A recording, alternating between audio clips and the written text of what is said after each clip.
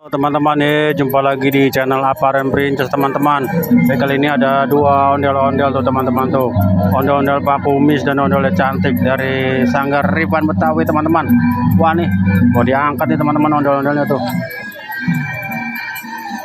Mau di kemana ondel-ondelnya nih? Belum lihat nih. Oke, kita lihat lebih dekat untuk ondel-ondel Pak Kumis ada teman-teman tuh. Ondel-ondel Pak Kumis atau teman-teman dulu.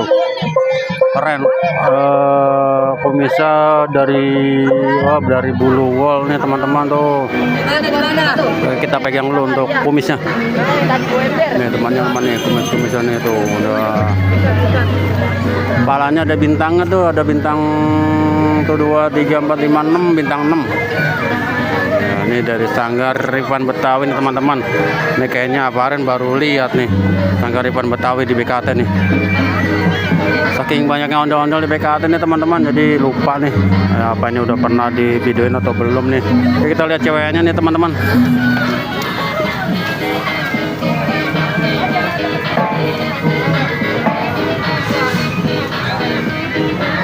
Ya, ceweknya cantik juga nih teman-teman tuh. Bajunya juga, waduh, bajunya pink.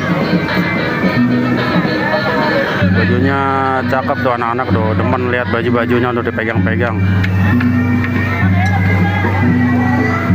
Nih ondel-ondelnya di atas kepalanya ada bunganya nih teman-teman nih, mahkotanya.